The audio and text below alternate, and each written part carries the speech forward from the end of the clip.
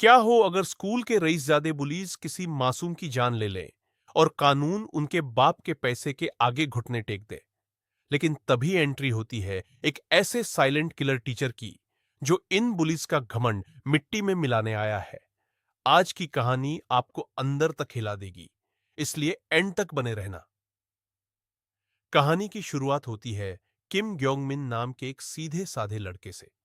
वो रोज की तरह सुबह तैयार होकर अपने स्कूल पहुंचता है, लेकिन जैसे ही वो स्कूल के कैंपस में कदम रखता है, उसके सामने एक ऐसी खौफनाक घटना होती है जिसे देखकर उसकी रूह कांप जाती है। ग्योंगमिन का सबसे अच्छा दोस्त पार्क डे सेओक स्कूल की छत से नीचे कूद जाता है। उसकी मौके पर ही मौत हो जाती है। पूरी स्कूल में मातम छा जाता है, लेकिन यह कोई सुसाइड नहीं, बल्कि एक सोची समझी साजिश थी। इस भयानक हादसे के बाद सीन शिफ्ट होता है क्लासरूम में, जहां ग्योंगमिन अपने दोस्त की मौत के गम में डूबा हुआ है। लेकिन स्कूल के बेरहम पुलिस को कोई फर्क नहीं पड़ता। वो ग्योंगमिन को घेर लेते हैं और उसे बुरी तरह टॉर्चर करने लगते हैं। ग्योंगमिन बेबस है, वो कुछ नहीं कर पाता। और जानते हैं क्यों? क्योंकि इन पुलिस का लीडर है रयू जून ह्योंग। जून ह्योंग के पिता की पहुंच बहुत ऊपर तक है और वो शहर के सबसे अमीर आदमियों में से एक है। इसी पैसे और पावर के दम पर जून ह्योंग को किसी का डर नहीं है। क्लास में जब एक लेडी टीचर ग्योंगमिन को पिटता हुआ देखती है, तो वो जून ह्योंग को डांटने लगती है। लेकिन जून ह्योंग के सिर पर तो अमीर बाप का खून सवार था। वो उल्टा टीचर से ही बदतमीजी करने लगता है और उन्हें चुप रहने की धमकी देता है। टीचर बेबस होकर रोने लगती है और यहीं पर एक बड़ा खुलासा होता है। दरअसल ग्योंगमिन के दोस्त पार्क डे स्योक ने सुसाइड नहीं किया था, बल्कि जून ह्योंग और उसकी गैंग के हद से ज्यादा टॉर्चर और बदतमीजी की वजह से तंग आकर उसने अपनी जान दी थी। इट परंट थिक आहे बकिच में संग तो कहानी में ट्विस्ट तब आता है जब अपने दोस्त की मौत से टूटा हुआ किम ग्योंगमिन खुद भी स्कूल की छत से कूदकर जान देने जा रहा था। लेकिन आखिरी वक्त पर उसकी हिम्मत जवाब दे देती है। वो रोते हुए जैसे ही छत से उतरकर अपनी क्लास की तरफ जाने लगता है, तभी उसे रयू जून ह्यों का सबसे क्रूर साथी किम ग्वांगसू पकड़ लेता है। ग्वांगसू उसे बालों से घसीटता है और कॉरिडोर में ही बेरहमी से पीटना शुरू कर देता है। ग्योंगमिन दर्द से चीख रहा होता है, लेकिन कोई उसे बचाने नहीं आता। लेकिन तभी वहां एंट्री होती है हमारे मेन हीरो ना हुआ जिन की। ग्योंगमिन को इस तरह पिटता देख ना हुआ जिन का खून खौल उठता है।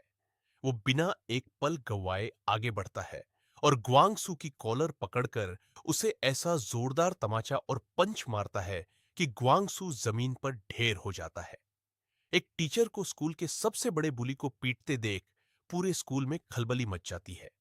सारे स्टूडेंट्स अपनी जेब से फोन निकालते हैं और इस ऐतिहासिक मंजर का वीडियो बनाने लगते हैं। तभी स्कूल के प्रिंसिपल वहां दौड़ते हुए आते हैं और ना हुआ जिन को चिल्लाते हुए रोकने की कोशिश करते हैं। लेकिन ना हुआ जिन बिना डरे अपना सरकारी आईडी कार्ड उनके सामने कर देता है। और यहां होता है सबसे बड़ा खुलासा। दरअसल ना हुआ जिन कोई साधारण टीचर नहीं, बल्कि ERPB educational rehabilitation and punishment bureau का एक स्पेशल गवर्नमेंट ऑफिसर है। इस डिपार्टमेंट का काम उन बिगड़े हुए अमीर बच्चों पर नजर रखना और उन्हें सुधारना है जिनकी वजह से मासूम बच्चे सुसाइड कर लेते हैं। ना हुआ जिन इसी मिशन के साथ इस स्कूल में आया था। ना हुआ जिन के आते ही स्कूल का माहौल बदल जाता है। बच्चों के दिलों से रयू जून ह्योंग का खौफ खत्म होने लगता है। जून ह्योंग को इस बात पर इतना गुस्सा आता है कि वो ना हुआ जिन को स्कूल से भगाने की कई साजिशें रचता है, लेकिन हर बार नाकामयाब रहता है। इसी पागलपन और गुस्से में आकर वो एक खौफनाक कदम उठाता है। वो पूरे स्कूल को आग लगाने के इरादे से क्लासरूम में घुस जाता है। वो सारे स्टूडेंट्स पर केरोसिन, रॉकेल छिड़क देता है और उन्हें जिंदा जलाने के लिए जैसे ही माचिस जलाने वाला होता है, तभी वहां देवदूत बनकर एंट्री होती है ना हुआ जिनकी। वो जून ह्योंग को दबोच लेता है और उसे ऐसा सबक सिखाता है कि उसकी सारी हेकड़ी पल भर में गायब हो जाती है। इस घटना की खबर आग की तरह पूरे देश में फैल जाती है। बदनामी के डर से और कानून के शिकंजे से बचने के लिए रयू जून ह्युक को मजबूरी में यह स्कूल छोड़कर भागना पड़ता है। उसके जाते ही उसके बाकी साथी भी उसका साथ छोड़ देते हैं और बाकी अच्छे स्टूडेंट्स की तरह सुधर जाते हैं। इसी के साथ किम ग्योंग मिन को इंसाफ मिलता है और खत्म होता है इस कहानी का एपिसोड 1।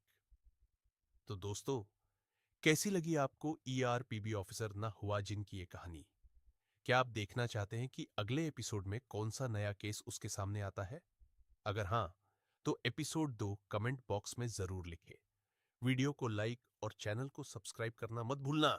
मिलते हैं अगले धमाकेदार वीडियो में।